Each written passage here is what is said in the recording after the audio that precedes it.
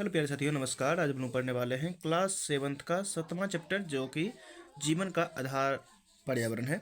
इस चैप्टर को आज हम लोग पढ़ेंगे। इस चैप्टर में प्रदूषण के बारे में बताया गया है। जैसे आप देख रहे हैं यहाँ पर वायु प्रदूषण के बारे में बता रहा है कि ये कल कारखाने हैं। इस कारखानों के द्वारा बहुत से धुआं का जो है प्रवाह हो रहा है, तो ये हमारी वायुमंडल में जा रही है। यही वायुमंडल में क्या कर रही है, तो हमारी वायुमंडल को प्रदूषित कर रही है, यानी प्रदूषण फैला रही है।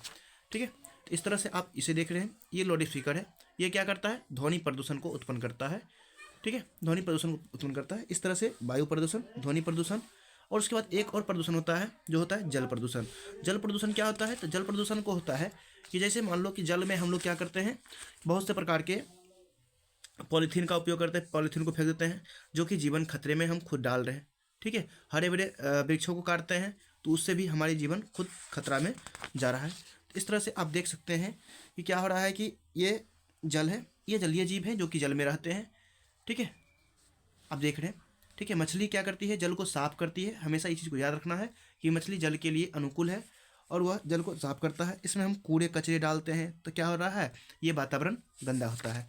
तो इस तरह से इस चैप्टर को पूरा अच्छी तरह से पढ़ने के लिए दूसरा वीडियो आपके बीच उपलब्ध है, तो आप उस चीज़ को देख सकते हैं। अभी मैं क्वेश्चन आंसर की तरफ चलता हूँ, एक एक क्वेश्चन आंसर को आपको कराता हूँ। तो लिखा हुआ है पहला क्वेश्चन, सही विकल्प को चुने। जल प्रदूषण हो सकता है, तो कहेंगे पानी को दूषित करने से जल प्रदूषण होता है। दूसरा क्वेश्चन लिखा हुआ है, नदी या तालाब के पानी की स्वच्छता अस्वच्छ हो सकता है, किससे, मछली पालने से। तीसरी, बढ़ती जनसंख्या के कारण हो सकता है, तो कहेंगे उपर्युक्त सभी। उसके बाद है साधारण पर्यावरण संरक्षण के लिए किया जाता है, इसमें भी उपर्युक्त सभी हो जाएगा। खाली जगहों को भरें। डैश गैस वायु प्रदूषण पैदा करती है, तो कहेंगे CO2 गैस। ध्वनि की तीव्रता को डेसिबल में मापा जाता है, और इसका क्या हो जाएगा, डॉल्फिन को संरक्षित राष्ट्रीय जलीय जीव घोषित किया गया। अगला क्वेश्चन है, निम्नलिखित प्रश्नों के उत्तर दीजिए। वृक्षों की संख्या बढ़ाने के लिए आप क्या कर सकते हैं, तो इसका क्वेश्चन आंसर मैं आपको दिखाता हूँ। डायरेक्ट आंसर की तरफ क्वेश्चन को भी मैं लिख चलता हूँ। तो इसका आंसर होगा, वृक्षों की संख्या बढ़ाने के लिए आप क्या क्या कर सकते हैं, तो कहेंगे वृक्षों की संख्या बढ़ाने के लिए ज़्यादा से ज़्यादा पेड़ लगाएंगे, उसकी देखभाल करेंगे, और जानवरों से बचाने के लिए घेराबंदी करेंगे। ठीक है, दूसरा क्वेश्चन की तरफ चलते हैं। दूसरा क्वेश्चन क्या लिखा हुआ है, नदियों के जल को स्वच्छ बनाने के लिए आप क्या क्या कर सकते हैं, तो कहेंगे नदियों को जल को स्वच्छ रखने के लिए हम गाँव नगर के नाले नालियों को नदियों तक पहुंचाने से पहले ही रोककर गंदे जल की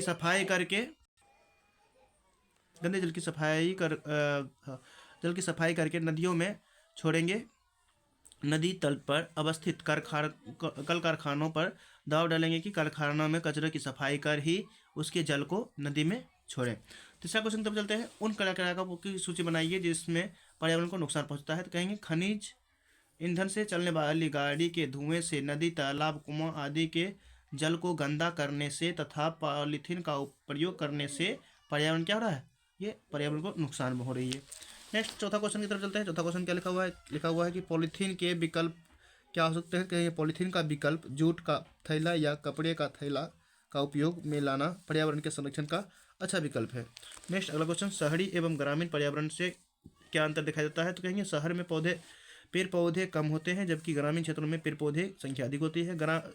शहरों में प्रदूषण युक्त वाहनों की संख्या अधिक होती है, जबकि ग्रामीण क्षेत्र में कम होती है। शहरी क्षेत्र में ध्वनि प्रदूषण अधिक होती है, लेकिन ग्रामीण क्षेत्रों में ध्वनि प्रदूषण कम होती है। इस तरह से और भी एग्जाम्पल आप लिख सकते हैं। अगला है कि प्रदूषण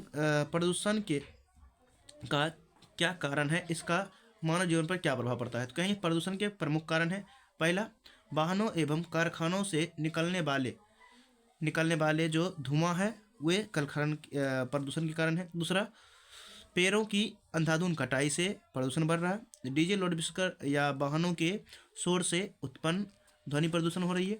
अब इससे कह रहा है कि इसका जीवन पर क्या प्रभाव पड़ता है, तो कहेंगे प्रदूषण का हमारे जीवन पर बहुत ही बुरा प्रभाव पड़ता है। इससे अनेक बीमारियां उत्पन्न होती है। चलते हैं अगला क्वेश्चन की तरफ।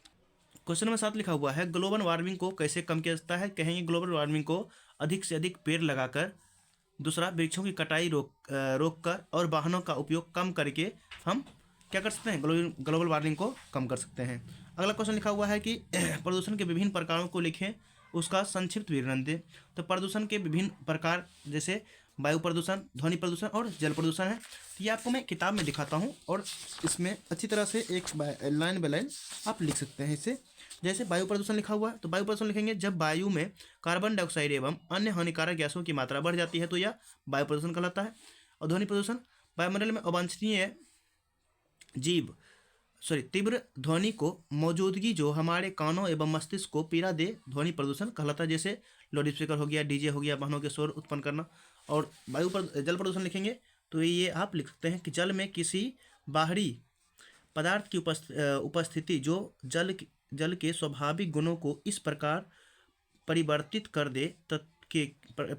दे कि जल स्वच्छ के लिए नुकसानदायक या उपयोग करने लायक न रहे, जल प्रदूषण कहलाता है। ठीक है, आप इस तरह से इसको यहाँ से यहाँ तक लिख सकते हैं। तो ये वीडियो आपको कैसा लगा जरूर बताएंगे, और पूरा क्वेश्चन आंसर के साथ अगली वीडियो में भी आपके साथ बना हूँ। आप प्रत्येक क्वेश्चन अच्छी तरह से देखते जाएंगे और कॉपी कलम के साथ बैठेंगे और फिर से अगली वीडियो आपके लिए है। तो नेक्स्ट इस तरह से प्रत्येक वीडियो देखने के लिए चैनल को सब्सक्राइब करें, लाइक करें। फिर से मिलते हैं अगली वीडियो में। थैंक यू, धन्यवाद।